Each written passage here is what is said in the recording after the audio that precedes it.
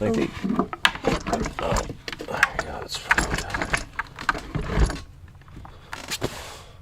Thanks.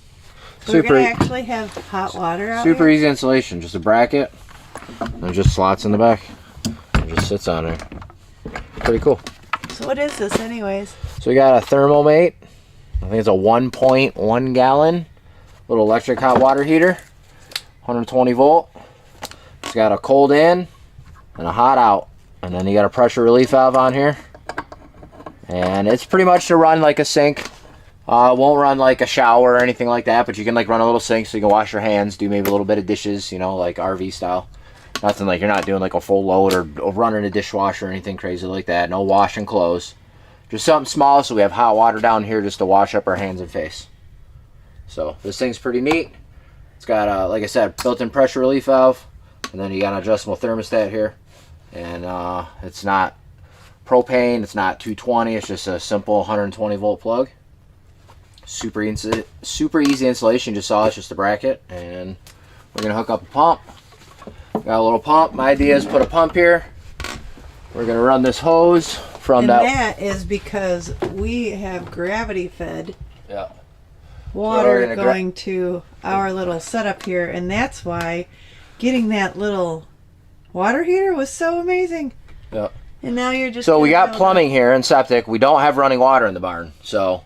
To run the toilet, we got a little hose coming from the 55-gallon drum there.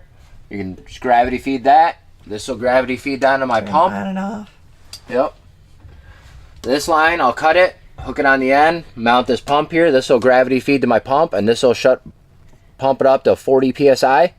It's got an automatic shut-off valve. It'll shut off at 40 psi, which will feed into the tank.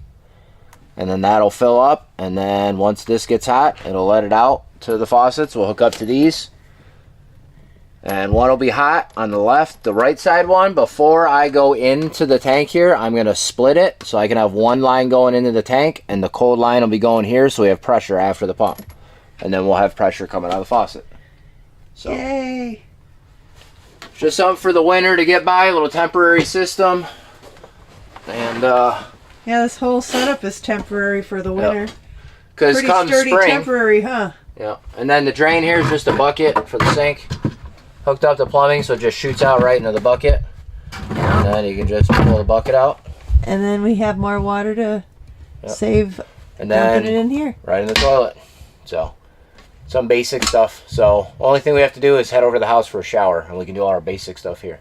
and laundry. Yeah, well, yeah, laundry too. So.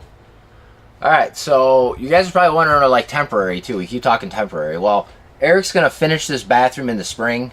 We're only here for the winter, because we're not set up for the winter yet on our property. So we came over here in the loft to stay up for the winter.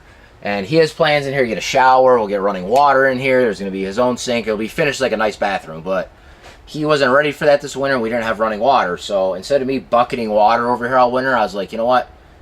If I use scrap 2x4, scrap plywood, spend a couple bucks on a pump, and use some of the materials we already have for a couple $100, I can make us a running bathroom and get through the winter. So that's kind of why it's temporary, because I would like to do something nicer than this, but is what it is. We want kind of cheap and just got the basic necessities in here and just kind of whipped up this little basic system. So again, it's temporary, but starting the spring, when we come out of here and we go back over to property, we'll start doing a lot more permanent stuff, because we'll be moving down permanently to the clearing.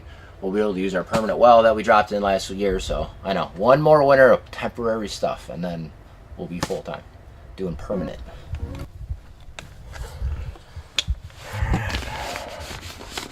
Support this. All right, so we got everything mocked up. We got the 55-gallon drum coming in. We got our fittings on. We use thread tape, filter, pumps mounted, ready to go.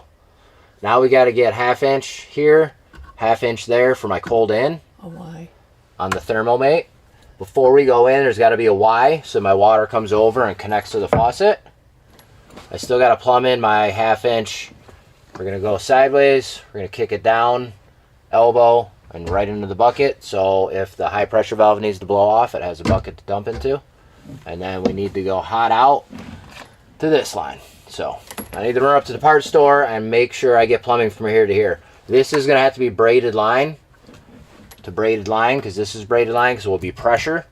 And then I'm going to do braided line, and then this will just be plastic. So we're pretty close. The ThermoMate 1.3 gallon hot water tank should work out great for us. We got it mounted up. We just got to mock in the plumbing. So now it's time to run to the parts store.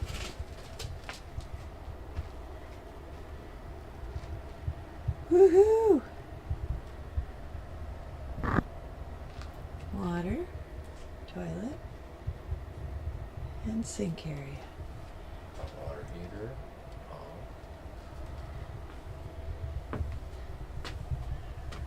Water heater and pump. So guys, Jason did lots of hard work today. This is all done in one day. Oh my goodness. So we have both of these are built and ready to go. We just need to get some water in that first. And then we have a few supplies that we're going to go grab at the Home Depot. If you guys wanted to pick up one of these ThermoMate hot water heaters yourself, we'll have a description and links in the video. And we should have a discount code for you as well.